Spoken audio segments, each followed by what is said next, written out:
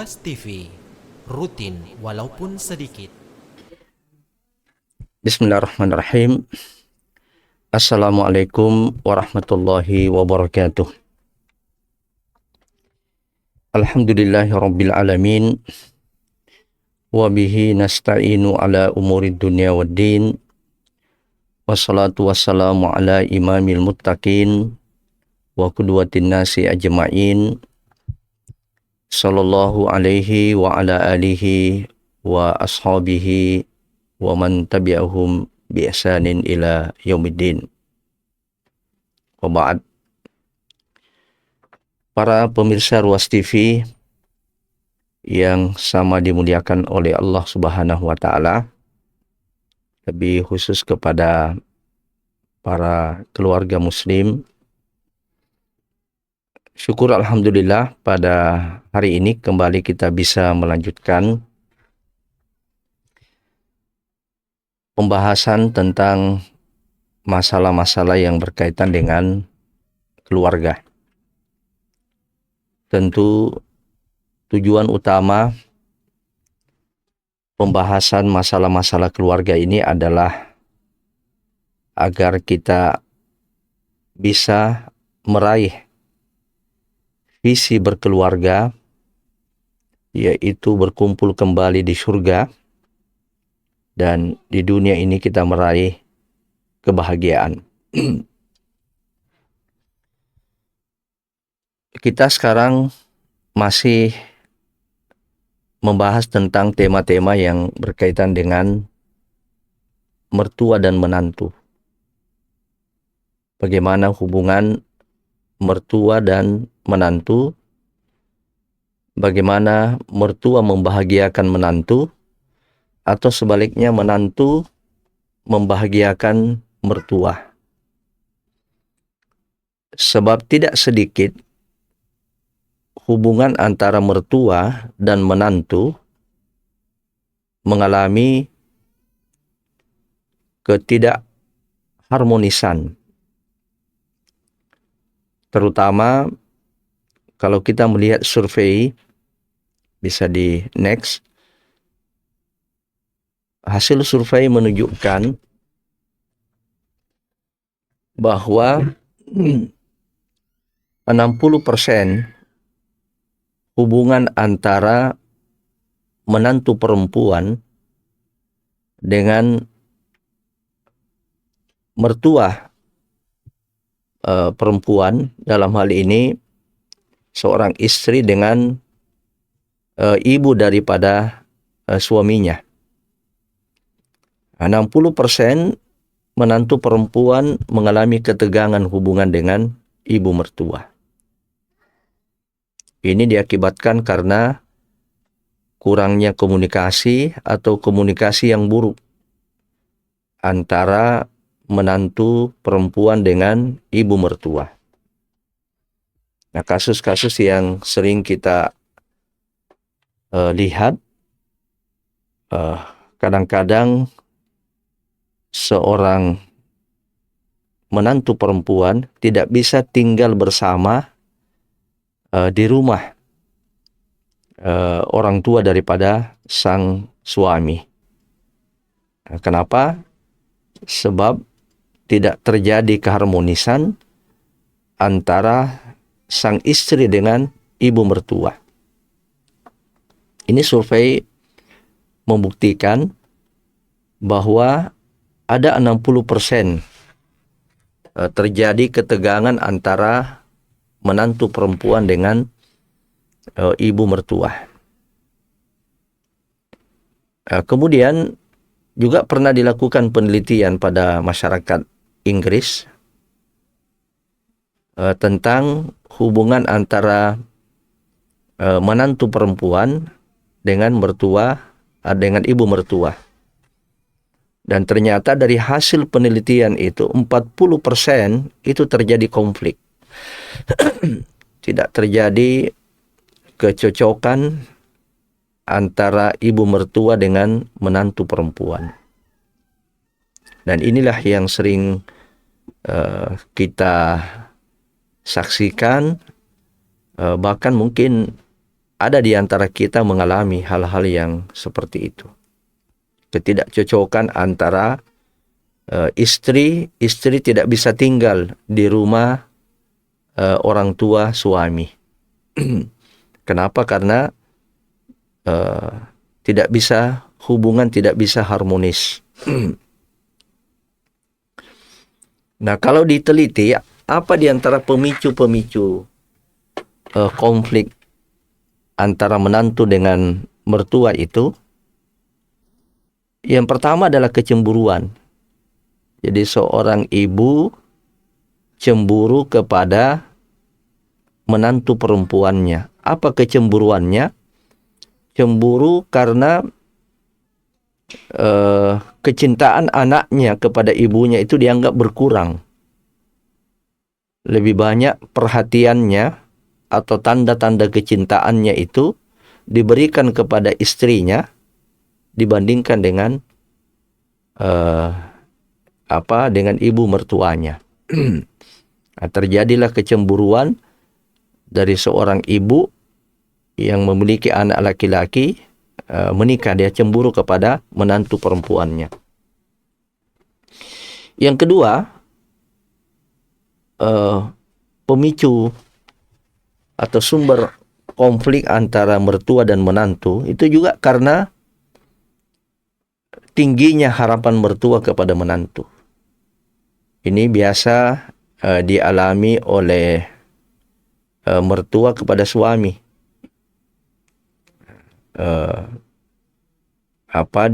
Terjadi hal-hal di luar ekspektasi daripada sang mertua. Misalnya dalam hal pemberian nafkah. Dia ingin lebih, ya, termasuk nanti kita akan bicarakan, ingin juga mertua ini dinafkahi oleh menantu laki-lakinya.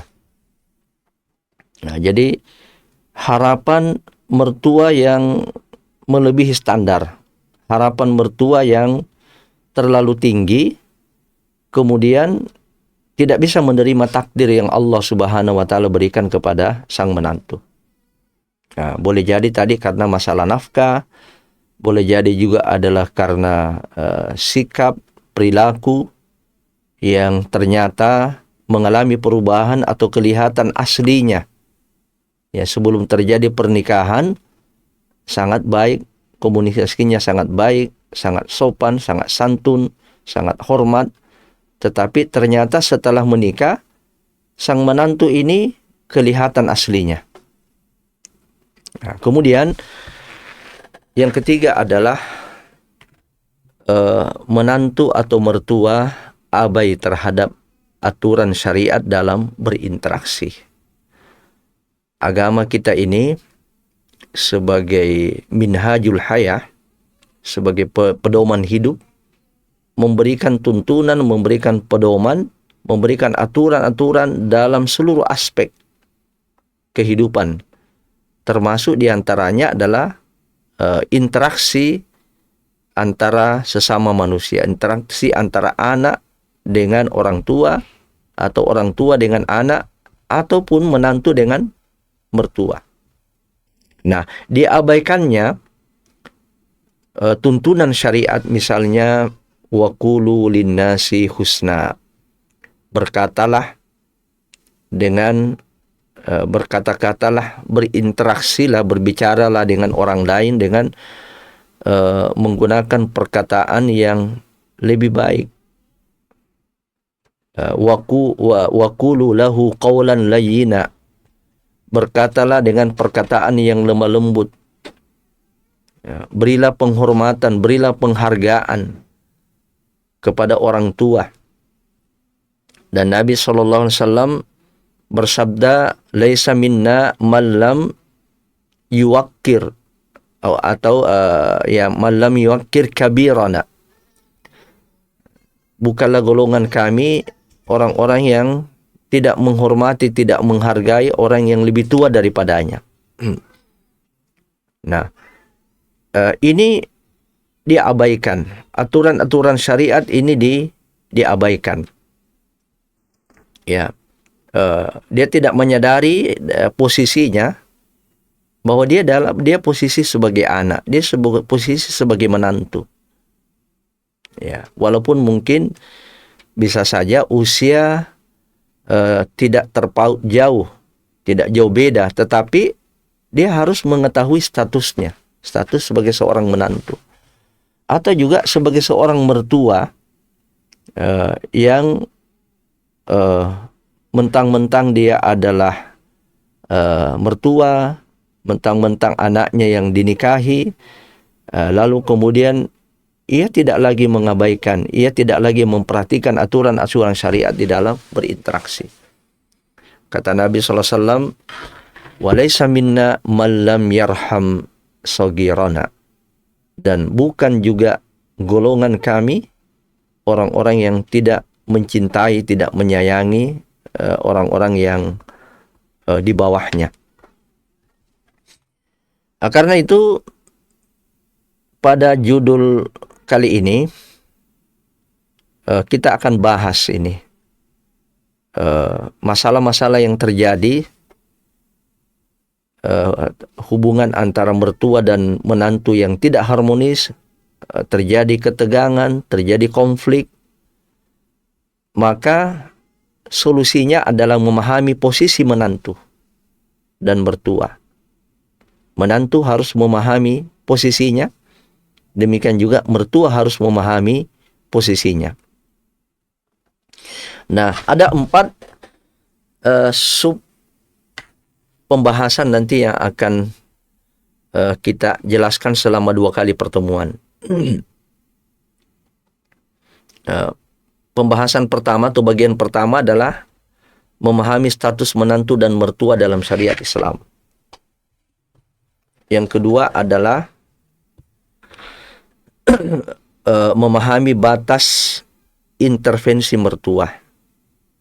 Ya, atau memahami batas intervensi mertua. Ini bagian kedua. Ya, mohon maaf kalau terbalik slide-nya. Sejauh mana mertua ketika ingin melakukan intervensi kepada anak. Kadang-kadang ada mertua yang dengan seenaknya memerintahkan kepada anaknya untuk dia ceraikan istrinya. Atau ada mertua yang dengan seenaknya dia memerintahkan kepada anak perempuannya untuk melakukan gugatan cerai kepada suaminya. Ini masalah kedua nanti yang akan kita jelaskan. Kemudian yang ketiga adalah ketentuan tentang nafkah keluarga. Ini juga tadi kaitannya dengan ekspektasi, harapan yang begitu besar dari mertua kepada menantu. Karena itu kita akan bahas juga nanti pada bahagian kedua. Nanti ada 2 poin juga, yaitu ketentuan tentang nafkah keluarga. Dan sub yang keempat adalah apakah menantu wajib menafkahi mertua. Mari kita masuk pada sub pertama. Ada dua sub pembahasan yang akan kita jelaskan di sini pada bagian pertama episode kita ini. Yang pertama adalah bagaimana menantu dan mertua memahami posisinya dalam syariat Islam. Ya, itu yang paling pokok. Bagaimana mertua memahami posisinya, demikian juga bagaimana menantu memahami posisinya. Ini dalam tinjauan syariat Islam. Menantu adalah merupakan mahram bagi mertuanya. Mahram yang dimaksud di sini adalah mahram mu'abbad. Yang dimaksud dengan mahram adalah wanita yang tidak boleh dinikahi. Ya.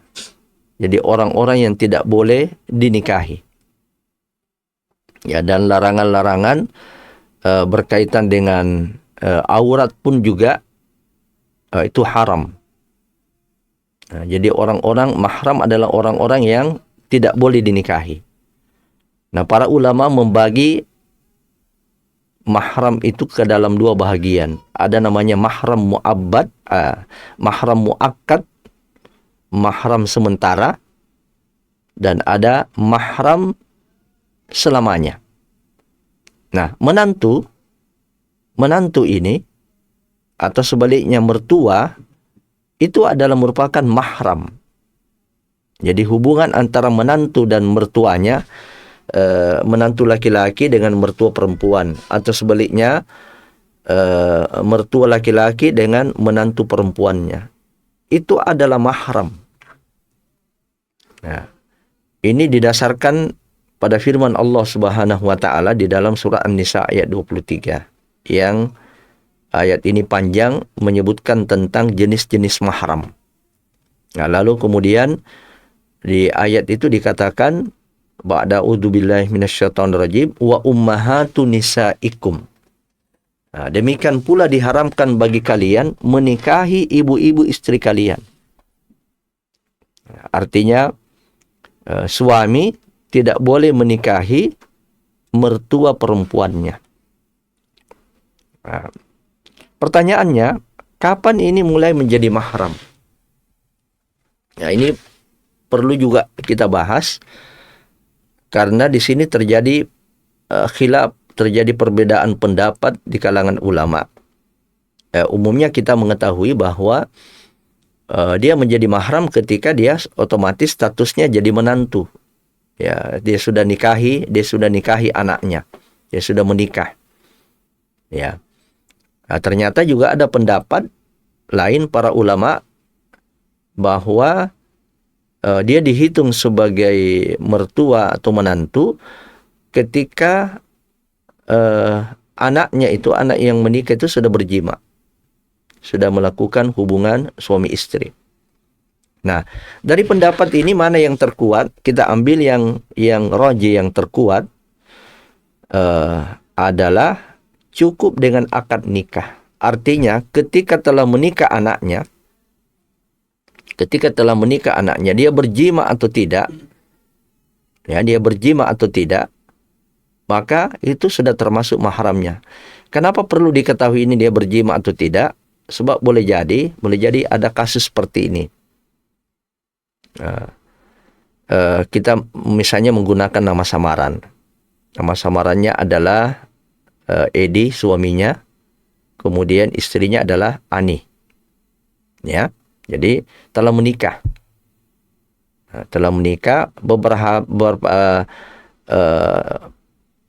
Beberapa saat setelah menikah, sang istri ini ditakdirkan oleh Allah Subhanahu wa taala jatuh sakit. Lalu kemudian dibawa ke rumah sakit, dirawat beberapa hari, sepekan kemudian dia meninggal. Nah, tentu karena dia pengantin baru, beberapa saat setelah dia akad nikah yang sah, ya kan belum melakukan hubungan suami istri. Nah, pertanyaannya adalah bagaimana statusnya sang suami ini kepada mertua, ya, kepada ibu daripada istrinya yang baru beberapa saat sudah menikah, belum melakukan hubungan suami istri, kemudian meninggal. Nah, sebagian ulama mengatakan dia bukan mahram, karena itu boleh menikah. Ya, jadi sang suami tadi ini yang ditinggal oleh istrinya, dia boleh kalau misalnya dia mau menikahi ibu. Ya, tentu ibu mertuanya ini tidak ada suaminya. Ya, itu sebagian pendapat. Namun wallahu alam, pendapat yang lebih kuat, yang lebih rajih adalah tidak boleh. Ya, tetap masuk dalam kategori mahram. Nah, ini yang perlu kita ketahui sehingga kita bisa memposisikan diri bahwa Anda ini tetap menantu. Walaupun Anda itu telah bercerai dengan istri, ya, istrinya sudah meninggal atau suaminya sudah meninggal, maka tetap dia adalah mahram mu'abbad. Ya. Jadi tetap dia harus memposisikan dirinya sebagai menantu. Demikian juga dia harus memposisikan dirinya sebagai mahram. Ya, kalau misalnya anak menantunya itu anaknya meninggal, kemudian menantunya masih hidup, sang mertua ini tidak boleh dengan seenaknya dia menikahi mantan istri daripada anaknya. Apa kaitannya dengan pembahasan kita di sini? Supaya betul-betul menantu ini mengetahui posisinya. Ya, mengetahui posisinya. Demikian juga mertua mengetahui posisinya. Ya, mengetahui statusnya sehingga jangan sampai dia melakukan pelanggaran syariat. Dalam beberapa pertemuan yang lalu kita sudah menjelaskan bahwa salah satu penyebab hilangnya kebahagiaan di dalam rumah tangga adalah karena adanya pelanggaran syariat. Ma nuzzila balaun illa bidzambin. Kata seorang sahabat, tidaklah bala musibah itu terjadi kecuali karena terjadinya dosa. Dalam ayat Al-Quran, wa kullan akhadna bidzambihim. Tiap-tiap umat itu kami binasakan mereka karena dosa-dosanya. Apalagi ini sampai selingkuh, statusnya masih sama, ya, masih menantu ini masih hidup, ya, anak kita masih hidup, sehat, kemudian istrinya juga seperti itu, terjadi selingkuh mertua, selingkuh dengan istri anak. Naudzubillah, mertua selingkuh dengan menantunya. Atau sebaliknya, menantu laki-laki selingkuh dengan mertua perempuannya. Atau ibu daripada istrinya. Ini tidak jarang terjadi hal-hal yang seperti ini. Inilah kita mengundang neraka, mengundang bara di dalam rumah tangga. Kenapa? Karena syariat Allah dilanggar. Ya. Ketika syariat Allah Subhanahu wa taala dilanggar, jangan sekali-sekali Anda mengharapkan sakinah mawaddah warahmah di dalam rumah tangga ini. Inilah prinsip pokok di dalam agama kita. Bahwa syarat pertama mengundang kebahagiaan dalam rumah tangga itu adalah jaga syariat. Jangan kita melanggar syariat. Kekuasaan, gaji yang begitu banyak, itu tidak akan ada gunanya ketika kita melakukan pelanggaran syariat. Yang kedua,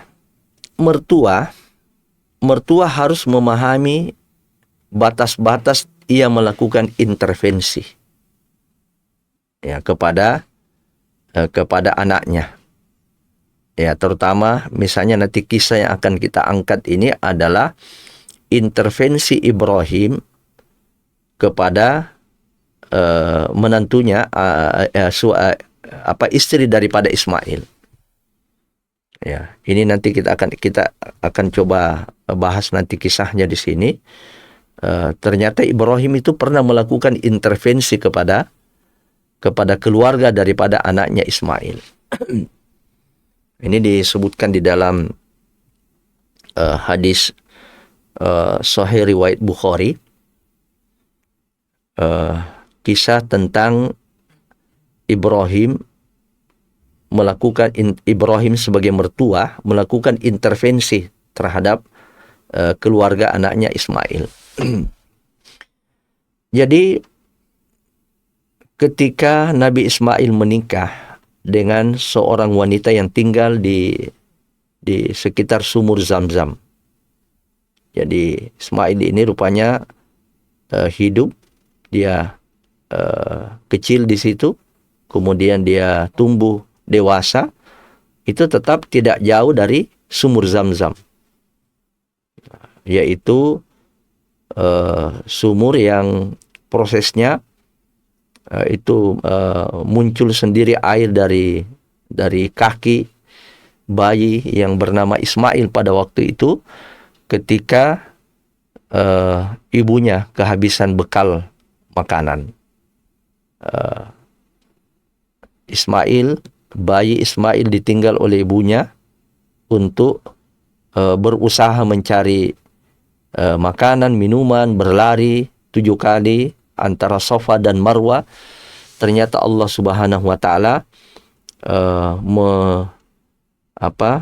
menunjukkan kekuasaannya, dan ini mukjizat daripada Nabi Ismail.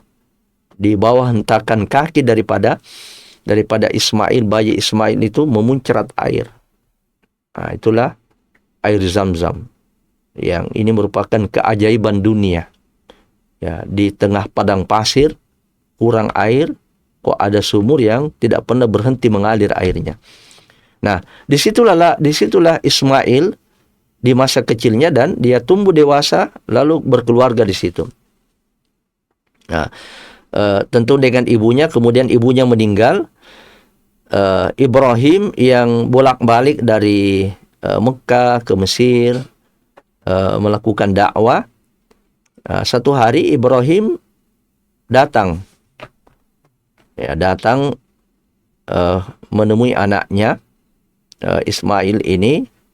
Ternyata Ismail tidak sedang ada di rumah, dan yang ditemui itu adalah istri daripada Ismail. Dalam hal ini adalah menantunya. Nah, di sini kita sudah mendapatkan pelajaran bahwa walaupun dia berduaan, tapi dia mahram. Ibrahim, ya, dan istri daripada anaknya ini adalah mahram. Jadi dia berduaan, boleh, ya, karena dia adalah mahram. Ya, artinya dibolehkan berkhalwat, ya, walaupun kalau kita bawa dalam kondisi sekarang ini, hati-hati, ya. Kalau kondisi sekarang ini sudah tidak bisa dijamin itu, ya, mertua kok berduaan dengan menantunya yang perempuan. Nah, maka Ibrahim ketika itu dia bertanya kepada istrinya. Nah, Ismail ini sedang keluar mencari nafkah. Nah, dia tanya istrinya tentang kehidupan mereka, ya. Maka dijawab oleh istri Ismail, nahnu bisyarrin. Kami ini hidup banyak sekali keburukan-keburukan yang kami dapatkan. Nahnu fi dhikin wa syiddah. Kami ini hidup dalam keadaan sempit, penuh penderitaan yang berat. Pokoknya dia mengeluh lah, ya. Dia mengeluh. Istri Ismail ini mengeluh kepada mertuanya Ibrahim. Apa kata Ibrahim? Idza jaa zawjuki, apabila datang suamimu nanti, faqra'i alaihi salam. Sampaikan salam saya, ya. Wa quli lahu, dan sampaikan pesan saya ini yang kedua, yughayyir atabata bi babihi. Ya, saya ulangi, yughayyir atabata babihi. Sampaikan juga pesan saya yang kedua ini adalah tolong diganti palang pintu rumahnya. Ya, tolong diganti palang pintu rumahnya. Istri Ismail ini dia tidak paham, dia tidak paham bahwa ini adalah kata kiasan, ya. Yang dia memahami ini, ya, palang pintu yang sesungguhnya. Ya, mungkin dianggap palang pintunya itu kurang kuat, ya.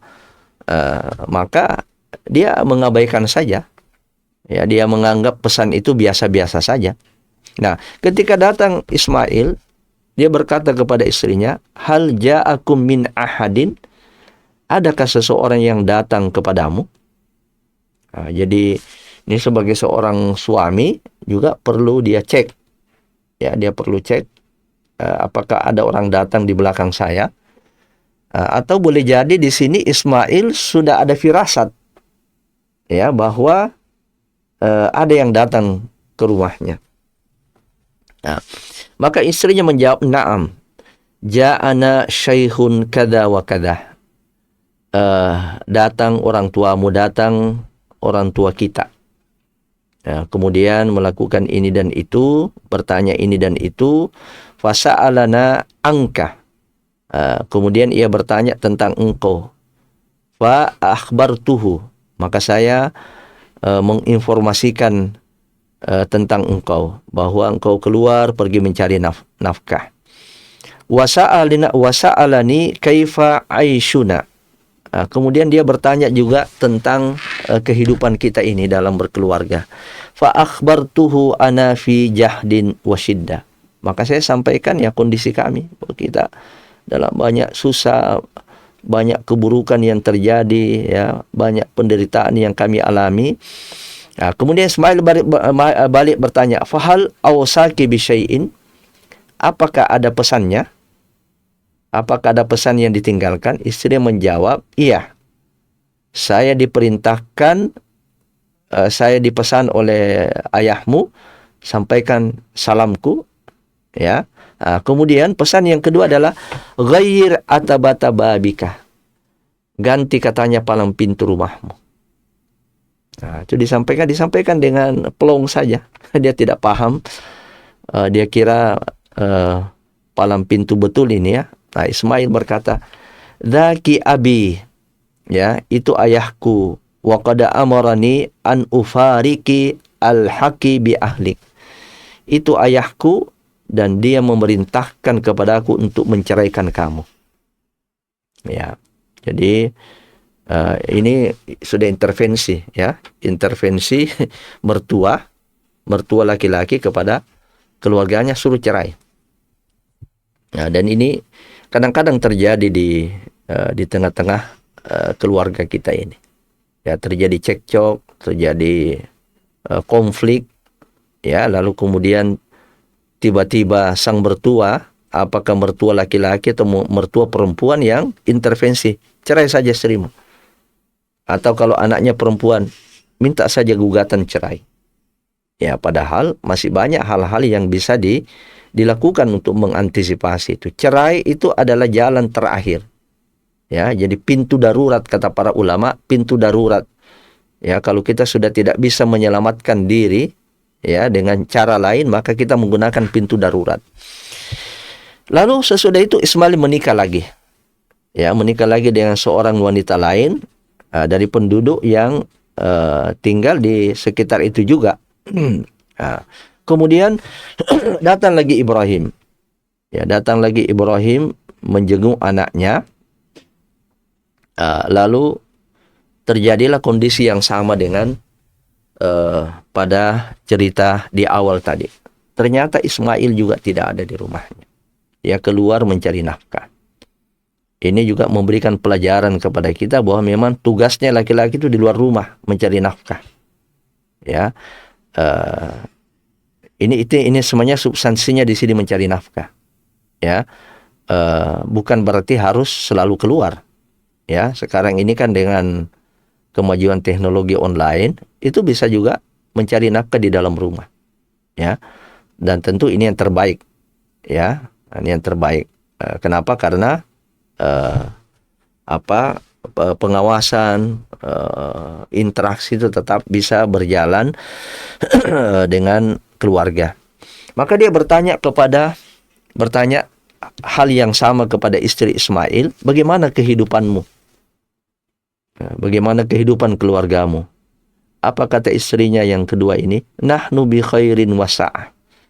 Kami ini alhamdulillah baik ya, dan kami kehidupan keluarga kami lapang, cukup. Ditanya lagi, ma ta'amukum. Apa makanan kalian? Dijawab oleh istrinya, allahmu daging. Ya, fama syarabukum. Apa minumanmu? Alma air. Apa kata Ibrahim? Allahumma barik lahum fil lahmi wal ma'. Semoga Allah memberkahimu pada daging dan minumanmu itu. Maka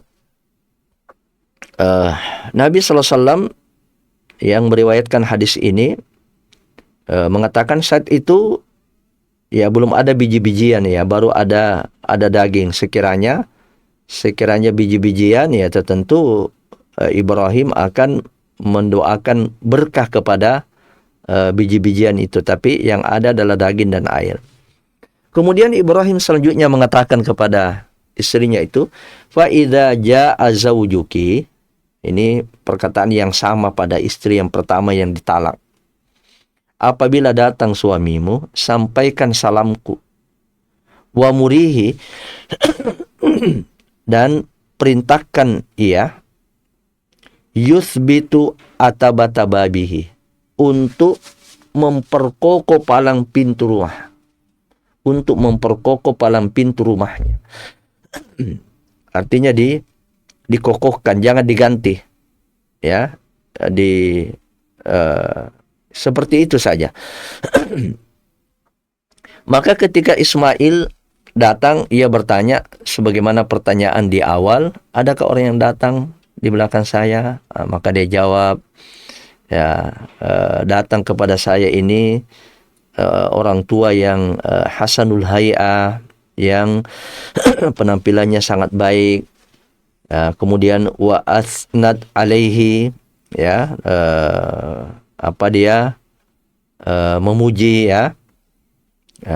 Fasa'alani angka fa akhbartuhu, lalu dia bertanya tentang engkau, bagaimana kabarmu, maka saya mengabarkan dia baik, dia sekarang keluar sementara mencari nafkah. Kemudian dia bertanya juga tentang bagaimana kehidupan keluarga kita, maka saya mengatakan alhamdulillah baik, ya, kami kehidupan kami, nafkah kami cukup, ya, bahagia. Lalu kemudian Ismail bertanya, wa ausaki bisyai'in, apakah dia memberikan pesan sesuatu kepadamu? Maka istrinya menjawab, oh iya, dia menitipkan salamnya. Kemudian wa ya'muruka ayyuthbita atabata babiki, dan pesan yang kedua, ayahmu itu mengatakan, jangan ganti palang pintu rumah kita. Biarkan begitu. Jangan mengganti palang pintu rumah kita. Biarkan seperti itu. Kokohkan, ya. Maka apa kata Ismail? Daki abi. Yang datang tadi itu ayahku. Wa anti al-atabah. Dan engkaulah itu palang pintu. Yang dimaksud dengan palang pintu itu adalah engkau. Amarani an umsikaki. Ayahku memerintahkan aku untuk tidak meninggalkanmu. Ayahku memerintahkan aku untuk terus bersama dengan engkau. Artinya tidak mentalak. Nah,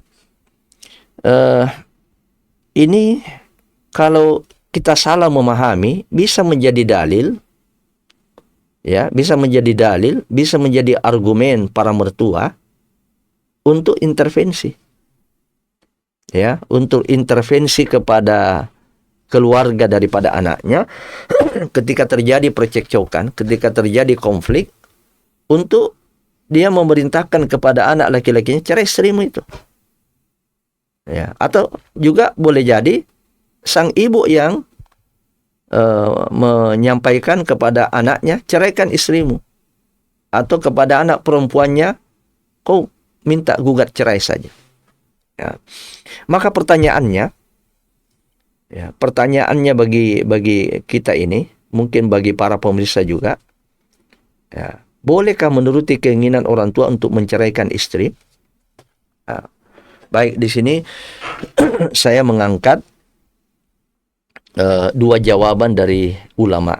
Pertama dari Syekhul Islam Ibnu Taimiyah yang disebutkan di dalam Majmu'ah Al-Fatawanya, dan Imam Ahmad dalam kitabnya Masail min Fiqhil Kitab was Sunnah. Jadi Syekhul Islam Ibnu Taimiyah pernah ditanya tentang hal ini. Bolehkah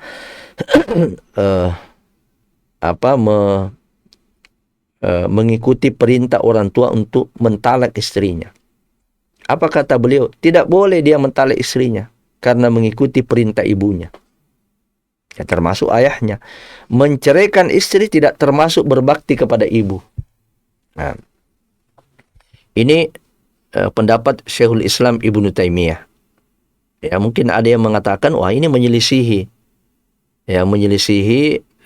syariat yang ditinggalkan oleh Ibrahim. Padahal ada contoh Nabi Ibrahim, termasuk Umar. Ya, Umar bin Khattab itu pernah memerintahkan anaknya Abdullah bin Mas'ud untuk mencerai istrinya. Nah, di sini sebentar saya akan bacakan hadisnya di bahagian akhir itu. Tadi kita membacakan pendapat Imam Ahmad ketika ditanya, bolehkah menceraikan istri karena perintah orang tua? Nah, apa yang dijawab oleh Imam Ahmad? Jangan kamu talak istrimu. Ya, orang tersebut mengatakan, tetapi Umar pernah menyuruh anaknya menceraikan istrinya. Ya, sebelum kita baca itu apa jawaban Imam Ahmad, itu dalilnya dibawa. Ya, dari Abdullah bin Umar. Abdullah bin Umar ini putra daripada Umar bin Khattab. Ini bisa dilihat di sini dan di atasnya tuh. Jadi Abdullah bin Umar, putra daripada Umar bin Khattab ini menceritakan, saya punya istri, saya mencintainya. Tapi ayah saya Umar bin Khattab itu tidak suka pada istriku. Sehingga Umar datang kepada aku mengatakan, ceraikan istrimu. Abdullah mengatakan, saya tidak mau. Maka Umar datang kepada Nabi sallallahu alaihi wasallam mengadukan ini. Mengadukan halnya kepada Nabi. Saya suruh Abdullah ini untuk ceraikan istrinya, saya tidak senang dengan dia, saya tidak suka dengan dia. Lalu Abdullah menolak. Apa kata Nabi sallallahu alaihi wasallam? Ya, suruh ceraikan istrinya. Talikha, suruh ceraikan istrinya. Nah, ini hadis riwayat Abu Daud, At-Tirmidzi. Nah, inilah yang digunakan dalil kepada orang yang bertanya kepada Imam Ahmad. Ya, bahwa Umar juga pernah suruh orang tua Umar sebagai orang tua itu pernah menyuruh juga anaknya mentalak dan dia talak. Apa kata Imam Ahmad? Boleh kamu taati orang tuamu untuk menceraikan istrimu jika bapakmu sama dengan Umar. Jadi kalau kualitasnya sama dengan Umar, ya boleh. Kenapa? Karena Umar memutuskan sesuatu tidak dengan hawa nafsu. Jadi di sini kita bisa mengambil kesimpulan, kata para ulama, orang tua mertua yang mana yang boleh melakukan intervensi, lalu kemudian memerintahkan mentalak dan harus diikuti perintahnya, yaitu mertua yang paham syariat. Mertua yang paham syariat dan komitmen kepada syariat. Sehingga pertimbangannya itu bukan karena hawa nafsu. Ya, bukan like and dislike menurut hawa nafsu. Tapi pertimbangannya itu ya pertimbangan syar'i. Mungkin dari sisi akhlaknya, dia pelajari selama ini mungkin akhlak kepada dia, menantu kepada mertua memang tidak baik, dan dilihat anaknya ini tidak bisa merubah, dia tidak bisa membina, ya. Lalu kemudian orang tuanya memerintahkan kalau mertuanya ini atau orang tuanya ini adalah orang tua yang paham syariat dan dia komitmen dengan syariat, ya, dijamin dia tidak dalam langkah-langkahnya itu jarang dia memperturutkan hawa nafsu, maka itu boleh, ya, maka itu boleh diikuti perintah orang tua. Tetapi kalau mertuanya dan orang tuanya itu tidak paham syariat, ya, hanya karena dianggap suaminya begini, ya, atau istrinya seperti ini, ya, hawa nafsu, digunakan ukuran hawa nafsu, ya, bukan ukuran syariat, maka tidak boleh, ya. Kenapa? Karena mari kita lihat slide yang terakhir. Perintah agama ini menikahkan dan menjaga pernikahan itu. Itu perintah, ya ma'syarasy syabab man istata'a minkumul ba'ata falyatazawwaj. Diperintahkan malah, ya, Orang yang sendirian diperintahkan menikah. Ya, ketika dia sudah mampu. Bahkan Nabi SAW pernah mengatakan kepada pemuda yang sudah mampu, yang sehat, ya, dia sudah memiliki kemampuan, sehat, lalu dia tidak menikah, dikatakan, kau ini bersaudara dengan setan. Ya, wa anta idzan min ikhwani syayatin. Nah, begitu agama ini memerintahkan kita untuk menikahkan, menyatukan.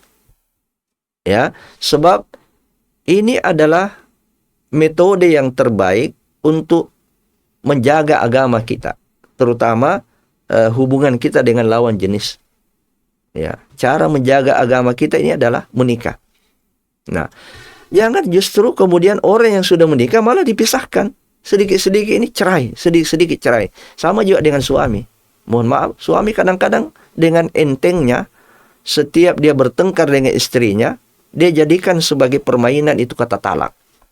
Itu talak tidak boleh dijadikan sebagai permainan. Sebab main-main atau dia sungguh-sungguh itu jatuh talaknya. Ya, jadi talak itu bukan solusi konflik. Ya, talak itu bukan solusi konflik. Solusi konflik adalah tahan diri kita dari emosi. Apa yang dimaksud tahan diri kita dari emosi? Mungkin kita emosi tapi tahan lidah kita, tahan tangan kita. Itu makna la taghdab. Ya, boleh kita emosi, merah kita punya muka, membelalak kita punya mata. Tetapi jangan sampai keluar perkataan-perkataan yang tidak benar, atau tangan kita melakukan gerakan-gerakan yang bisa menyakiti atau membahayakan pasangan kita. Itu solusinya. Ya, kalau ternyata sudah beberapa solusi yang disebutkan dalam surah An-Nisa ayat 34 itu sudah ditempuh, lantas memang ternyata tidak bisa, ya pintu daruratnya adalah baru kemudian pisah. Tapi jangan ini selalu menjadi solusi. Nah, karena itu sebisa mungkin pernikahan itu harus dipertahankan. Sebisa mungkin pernikahan itu harus dipertahankan. Suami, walaupun mungkin istrinya mau gugat cerai, tetap saja dia bertahan. Saya tidak ceraikan kamu. Ya, walaupun mungkin statusnya tergantung. Masya Allah, ada suami yang seperti ini. Istrinya selalu mengamuk. Ya, istrinya minta cerai, tapi suaminya tidak pernah. Dia tidak pernah mengucapkan kata-kata cerai. Dengan kesabaran seorang suami ini, pada akhirnya sang istri ini kembali minta rujuk. Disinilah ya kita menemukan pelajaran terpenting, solusi daripada konflik yang terjadi di dalam rumah tangga itu adalah la taghdab. Ya, la taghdab walakal jannah. Memang ini sulit, tapi harus berangkat dari pemahaman dan keyakinan. Yang kedua adalah latihan. Ya, jadi mengendalikan emosi ini memang butuh latihan, butuh kedewasaan, dan kedewasaan ini dibentuk oleh ilmu, dibentuk oleh pengalaman, kemudian berikutnya adalah latihan. Nah, insya Allah kalau kita memahami dan meyakini bahayanya pelampiasan emosi itu, emosi yang tidak terkendali, ketika kita memahami dan meyakini bahwa itu bahaya, kemudian kita terus berlatih, maka kita akan menjadi orang yang cerdas emosional. Nah, inilah orang yang al-kadhiminal ghaidh. Inilah ciri-ciri penghuni surga, yaitu orang yang mampu mengendalikan emosinya. Dan inilah solusi terbaik. Inilah metode terbaik di dalam membangun rumah tangga. Inilah solusi terbaik ketika kita diuji oleh Allah Subhanahu wa taala dengan konflik rumah tangga, termasuk konflik antara mertua dengan menantu. Demikian pemirsa Ruas TV rahimani wa rahimakumullah. Insyaallah pada bagian yang kedua nanti kita akan menyambung dua poin lagi tentang masalah nafkah. Semoga bermanfaat bagi kita semua, dan semoga Allah Subhanahu wa taala selalu memberikan inayah, taufik, rahmat kepada keluarga kita, sehingga keluarga kita ini menjadi keluarga yang sakinah, mawaddah warahmah. Hadanallahu wa iyyakum. Subhanakallahumma bihamdik. Asyhadu an la ilaha illa anta astaghfiruka wa atubu ilaik. Wassalamualaikum warahmatullahi wabarakatuh.